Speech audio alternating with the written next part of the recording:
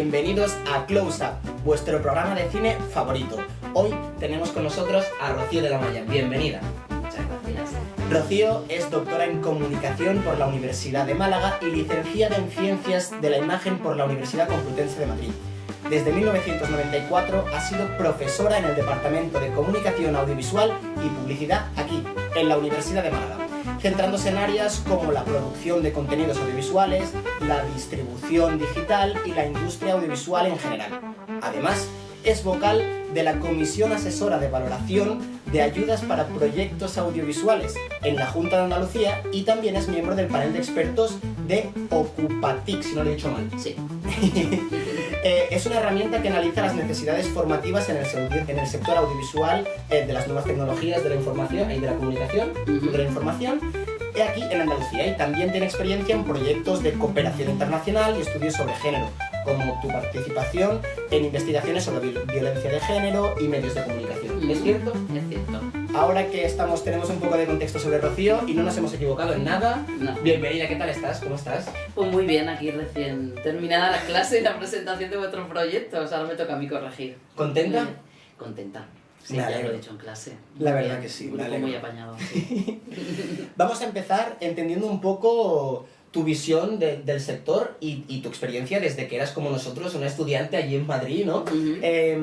Y me gustaría preguntarte qué fue lo que te inspiró a especializarte en la comunicación audiovisual y a dedicarte ya no solo a nivel profesional, sino también a la enseñanza en este sector.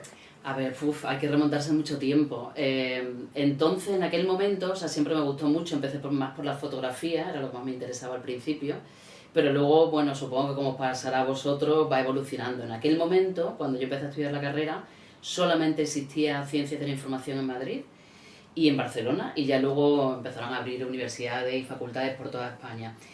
Y quizás fue eso, cuando terminé la carrera me fui a Estados Unidos a trabajar, estuve trabajando un tiempo en Carolina del Sur, en una televisión, y luego en Nueva York, en un archivo fílmico, y a la vuelta a España inicié los estudios de doctorado en Sevilla. Y bueno, y fue a partir de ahí, estando estudiando el doctorado, que salió la creación de la Universidad de Málaga, la Facultad de Ciencias de la Comunicación en la Universidad de Málaga.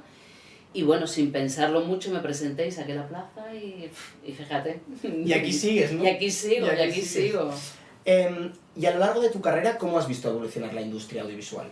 Ha evolucionado muchísimo, muchísimo. O sea, a ver, si lo distinguimos un poco entre lo que ha sido la televisión y lo que es el cine, imagínate en el cine, ¿no? O sea, de pasar todo lo que eran los rodajes en 35, muy pocas películas producidas al año porque el coste de producción era bastante elevado, los cortos se rodaban en 16 milímetros y entonces era un sector con una barrera de acceso muy grande porque era muy difícil entrar en el medio.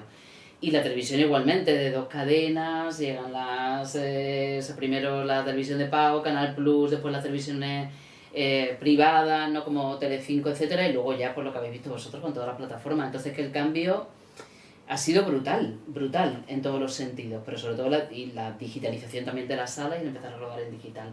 Entonces que no sabría resumirlo en pocas palabras. Como todo, cíclico, con periodos de crisis y periodos de bonanza, pero bueno. Ahora mismo, ¿en qué periodo dirías que estamos? Bueno, pues ahora se empieza a decir que ha habido, se habla durante los últimos meses de una cierta burbuja, ¿no? O sea, de burbuja con la llegada de la plataforma y veremos a ver cómo se va asentando todo. Porque claro, se ha producido una explosión de producción para todas las cadenas, que la gente ha pasado de no estar contratada a no encontrarse profesional para que puedan trabajar en los diferentes proyectos que hay. Y yo creo que estamos en un periodo de asentamiento, de ver al final qué es lo que se queda, o sea, qué es lo que sobra y qué es lo que falta, pero todavía es pronto para decir, pero yo creo que estamos eso, en un momento interesante. Entonces, mira, aprovechando lo que me estás comentando, me gustaría conocer, ya a nivel de como vocal de la Comisión Asesora de Valoración de Ayudas Audiovisuales, ¿cuáles son los criterios que ahora se tienen en cuenta a la hora de valorar un proyecto? A ver, yo he estado por un lado en la Comisión de la Junta de Andalucía y luego en la del Ministerio de Cultura, del ICA, ¿no? Entonces, hemos utilizado también en clase un poco los criterios, he procurado trasladaros durante la asignatura los criterios que se manejan en estas comisiones para evaluar los proyectos, pero muchos tienen que ver, por un lado, con la creatividad, es decir, lo que es la calidad del guión, que sea una historia un poco diferente o contada desde un punto de vista nuevo, etcétera, ¿no? también en la parte más técnica, ¿no? En la apuesta más cinematográfica. Y yo creo que al final es lo que más se evalúa, ¿eh? O sea, aunque parezca increíble, es lo que más se evalúa, porque luego, bueno, ya hay otras cuestiones que tienen que ver más con el currículum de las personas, pero como también se da en el ámbito del corto de nuevos realizadores, que es gente que tampoco tiene un bagaje detrás muy grande, lo que yo creo que se centra más es el interés cultural del proyecto, o sea, que el guión, básicamente. Vale, entonces sabiendo que lo más importante en un proyecto a la hora de evaluarlo es el guión, ¿cuáles son esos retos entonces que enfrentan los nuevos productores o las nuevas mentes creativas de la industria a la hora de ya no solo por la parte del guión, porque imagino que al final ya eso es la creatividad de cada uno y la forma que tienen de contar la historia, pero cuáles son esos retos más allá del guión, quizás al tema técnico o al tema de esa burbuja que están viviendo, ¿no? Bueno, yo creo que al final, o sea, es decir, en el tema del guión y en el tema de las historias, creo que lo más importante es ser hijo de tu tiempo. Es decir, contar algo que esté siendo de interés, de actualidad, que refleje una preocupación. No sé, es decir, eso yo creo que es muy importante, estar conectado con esa realidad y llevarla a la pantalla y que puedas conectar con la audiencia. Desde el punto de vista de producción, pues al final también, como se han abaratado mucho los costes, o sea, es decir, de producción, al producir en digital, o sea, es decir, eso ha permitido también, digamos, que los rodajes puedan ser más rápidos, más eficientes, etcétera, ¿no? Entonces, y luego ya desde un punto de vista estético, creativo, pues ahí ya, o sea, creo que también las referencias que tenéis vosotros son mucho más amplias, ¿no? O sea, no vienen solo del ámbito cinematográfico como antes, sino que tenéis todo el ámbito del cine, de las series, de las plataformas, entonces también yo creo que a eso hay que estar muy al día y ver todo lo que se está innovando y tratar de sumarse, no repitiendo, no decir, bueno, pues ahora que lo tengo que hacer súper raro, a ver en qué me distingo, ¿no? Pero bueno, dominar el lenguaje y ver mucho cine, mucho audiovisual, que eso ayuda un montón. Y ahora me gustaría centrarnos un poco en lo que habíamos comentado antes, de que los guionistas al final, los creadores, tienen que ponerse mucho en la actualidad. ¿Hay algún tema en la actualidad que quizás esté demasiado visto, demasiado tratado, o alguno que le falte quizás camino por recorrer? Uf, qué pregunta más complicada. Lo que sí es que cuando estás en una comisión se observan tendencias, ¿no? Entonces, bueno, hay ciertos temas que están muy de actualidad y que se reflejan en la cantidad de proyectos que se presentan sobre ese tema, que es, por ejemplo, bueno, pues todo lo que es ahora se le llama el Coming of Age. Luego también hay muchas películas que versan sobre temas de violencia de género o sobre el colectivo LGTBI, o sea, es decir, ese tipo de historias sí que están siendo bastante representadas. Y lo que está muy poco representado, y sí que es verdad que se buscaba en el ministerio y no se conseguía que hubiera proyectos, son películas destinadas más al público juvenil.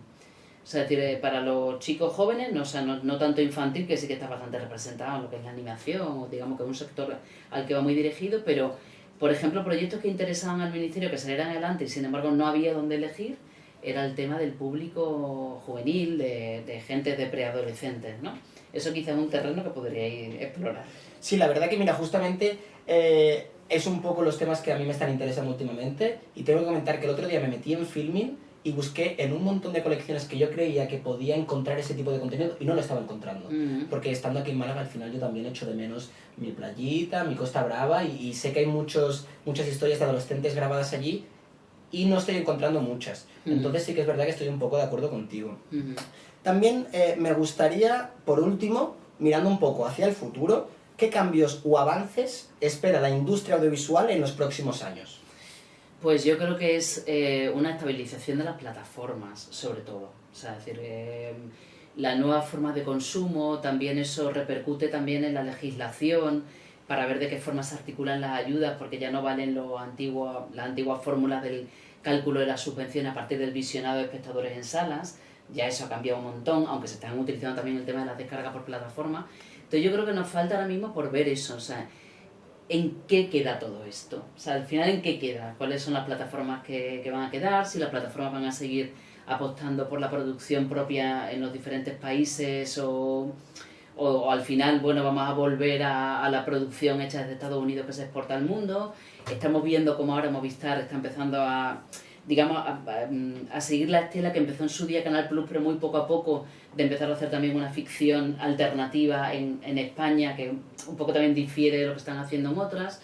Entonces yo creo que es eso, es un poco ver qué sucede con las plataformas, es lo que creo que nos queda ahora mismo por ver a corto plazo. Y ahora, separándonos un poco del nivel de la producción y del tipo de contenido que quizás es más habitual, hemos hablado de que quizás faltan relatos de preadolescentes, ¿no? Y yo lo puedo corroborar. Me gustaría saber qué tipo de productos audiovisuales echas de menos tú. ¿Qué es lo que a ti te gustaría ver? ¿Qué tipo de historia echas en falta? No sé, yo creo que ahora mismo con la cantidad de oferta que hay, a veces resulta difícil encontrar entre tanta oferta. Pero no te diría que echo de menos nada, porque es que al final, o sea, estoy suscrita a Filmin, a Movistar, a Netflix, a Amazon Prime, entonces, y luego también veo la cadena en abierto y, por ejemplo, sigo mucho RTV a la carta, ¿no? Para quizá, no sé, contenidos que tienen más años y que también me gusta volver a visionar, pero yo te diría que estoy bien cubierta. ¿Estás bien cubierta? Creo que sí, o sea, es que no, ahora mismo no... Incluso también me gusta muchísimo el documental y también la oferta es amplia, entonces no diría ahora mismo que he hecho en falta nada, la verdad. Es que lo que yo había escuchado también es que al igual que falta contenido para preadolescentes o adolescentes, faltaba contenido también para el rango de edad de los 60 a los 80. Y que parece que no hay nunca una narrativa que cuente cómo vive después de todo el recorrido vital que ha vivido esa persona, cómo son el momento de la jubilación, de los 60, de los 70, o realmente es que toda esa gente que comenta que faltan ese tipo de historias y narraciones es porque no han sabido encontrar en tanto contenido. Puede ser, puede ser. Todavía me pilla un poco lejos esa, o sea, por eso quizás no echo de menos esos contenidos. Pero sí puede ser lo que tú dices, ¿no? O sea, la evolución de la tecnología es que tenemos que ser conscientes, ¿no? Que ya hay gente de cierta edad que no se maneja en eso, o sea, ya le viene demasiado grande. Yo lo puedo decir por mi madre. Mi madre al final no sale de la televisión en abierto y de sus series turcas últimamente, ¿no? O sea, es decir, ya está. Y ahí está bien cubierta con eso, pero es verdad que quizá haya que, o sea, trabajar más en el acceso para esta gente. Y puede ser que sí que tengas razón, que a lo mejor los contenidos no estén muy representados, pero me cuesta decirlo porque no me he visto en esa todavía. Dentro de unos años te lo diré. Ya llegará, ¿verdad? Ya llegará. Sí. Bueno, pues entonces yo creo que con esto hemos tenido una visión general de la producción audiovisual aquí en España y hemos conocido un poco, quizás ya un poquito más de tus gustos, ¿no? Y de tu experiencia. No sé si te gustaría destacar alguna cosita para gente como nosotros que nos está viendo, que se quiere dedicar al mundo del audiovisual, algún consejo o alguna reflexión sobre este mundo. A ver, yo creo que habéis llegado en un momento especialmente bueno en cuanto al apartamiento de la tecnología que permite que el acceso a la creación de contenido sea mucho mayor, pero también la dificultad radica en que soy mucho haciendo. Entonces al final hay que encontrar alguna forma de destacarse, o sea, es lo que diría yo, a partir de obviamente del esfuerzo, pero creo, si yo podría recomendar algo, es que no vayáis con prisas. Un poco la sensación que tengo es que queréis conseguir todo demasiado pronto. O sea, es decir, como ya. O sea, es decir, hago contenido y quiero rentabilizarlos y al final yo creo que es un proceso. O sea, es decir, que tenéis que ser un poco pacientes y trabajar mucho y formarse y ver mucho audiovisual. No sé, la formación para mí creo que es esencial. La formación dirías que es indispensable, es muy importante, ¿verdad? porque, bueno, o sea, es decir, no toda la formación a lo mejor, ¿no? O sea, es decir, sino que también hay que saber seleccionarla. Pero creo que la sensación que tengo a veces es que, no sé, os puede la prisa. ¿Crees que solo con la formación es suficiente o también es necesaria la parte práctica y los años de experiencia? Por supuesto, no, o sea, cuando hablo de formación no solo teórica, sino también práctica. O sea, y hacer cosas, ir aprendiendo. conseguir también que haya gente que a lo mejor evalúe tus proyectos y te pueda dar consejos para mejorarlo, pero es también, o sea, entiendo la formación también de esa forma, ¿no? O sea, que tengas un feedback de gente que lleva años trabajando y que te puedan dar esa no sé, comentarte esos resultados, ayudarte a mejorar, etc. Pero sobre todo eso, un poquito de paciencia, ¿no? Que a veces os falta, ¿eh? Entonces, con este consejo que Rocío nos ha dado, vamos a tener un poco de paciencia, vamos a aprender mucho, a escuchar mucho y a juntarnos con gente profesional como Rocío, aprender, escucharla. ¿Y cuál fue el último proyecto antes de entrar a todas esas comisiones? Porque imagino que desde que entraste a la comisión has estado más dedicada a la parte de detrás de la producción y a las asesorías. Sí, a la parte más de asesoría y de oficina, por decirlo de alguna manera, ¿no? ¿Cuál fue el último trabajo antes de entrar a esas asesorías donde tuviste la capacidad creativa? ¿O siempre has estado más a nivel práctico, a nivel de llevar a cabo los proyectos y las ideas de los demás? Sí, o sea, es decir, más que en la parte creativa, lo que más he hecho ha sido la consultoría, o sea, digamos, ¿no? La asesoría de proyectos en los que les ayudas a darle forma, a presupuestar mejor, a armar la financiación de un proyecto, a saber presentar también un poco las ayudas, etcétera. O sea, desde ese otro lado, con todo lo que he aprendido, con todo lo que he visto que se valora, pues intentar ayudar a armar otros proyectos, ¿no? Entonces, más que en la producción de campo, la producción de campo o sea, demanda muchísimo tiempo, tienes que estar ahí, o sea, muchísimas horas, que no es compatible con lo que yo puedo hacer. Y como dentro de la producción se distinguen esas dos áreas, más la producción ejecutiva y lo que es luego ya la producción de campo, pues yo estoy más en la labor ahora de producción ejecutiva. Creo que hemos sacado bastante información de aquí, o sea, yo creo que al entender también, quizás es otra forma de descubrir un tipo de profesión que a veces damos por hecho nosotros, que la propia producción va a implicar que el productor o que la persona que se dedique a ese mundo esté en una producción de campo y le esté dedicando muchas horas y forme parte del proyecto, y que a veces también con la experiencia y con todo el aprendizaje pueda haber un rol o una profesión que esté más dedicada a eso, a la consultoría y a mejorar los proyectos de otra gente. Pensado un poco que la fase de desarrollo, es decir, los proyectos, hasta que llegan a la producción de campo, tienen que pasar por esa fase de armarlos. Es que si no, no salen, o sea, no llegas al momento de rodarlos, ¿no? Y entonces están esas dos áreas de la producción y yo siempre estoy más vinculada a esa parte del desarrollo de proyectos, ¿no? Y luego ya, una vez que el proyecto se desarrolla, que consigue la financiación, etcétera, ya luego se pasaría a ese momento más de producción propiamente dicha, que ya se lo dejo a los que están ahora, que ya los que quieren trabajar 14 horas al día, ¿no? O sea, ya no... Esa es otra, ¿no? Sí, yo creo que después de toda esta conversación nos quedamos con dos cosas muy importantes. Estamos en un momento de burbuja, estamos en un momento muy bueno para dedicarse al sector audiovisual, pero necesitamos relajarnos, necesitamos ir con pausa, aprender muchísimo. También tenemos que tener en cuenta que existen profesiones que al igual no conocemos y tenemos la necesidad de siempre ir a grabar o buscar la forma de hacerlo nosotros mismos. Y también existen profesiones como la de Rocío, que no solo se dedica a la parte de educación ni de, al final, las comisiones y ayudas a los proyectos, sino que también como asesoría, que también gente como nosotros que pueda llegar a tener muchas ideas y muchas ganas de hacer, necesitamos calmarnos, aprender mucho y a veces llamar a gente como Rocío para que nuestro proyecto al final, por muchas ganas que tengamos de hacerlo, al final se pueda dar, porque sin una buena preproducción no va a poder. Claro, es que una cosa que ha pasado siempre en la industria audiovisual es que hay mucha diferencia entre la parte creativa y la parte gestora. Casi todo el mundo es creativo y sin embargo sin saber gestionar un proyecto no puedes llevarlo a cabo. Entonces siempre una de las cosas que más ha demandado es incorporar ese perfil más gestor o de gente que pueda, digamos, ejercer esa labor de coordinación entre la parte creativa y luego lo que es la parte legal, financiera, económica, etcétera, ¿no? Entonces son muy importantes las dos para que todo salga adelante. Pues entonces en el episodio de hoy de Close Up vamos a quedarnos con algo muy importante.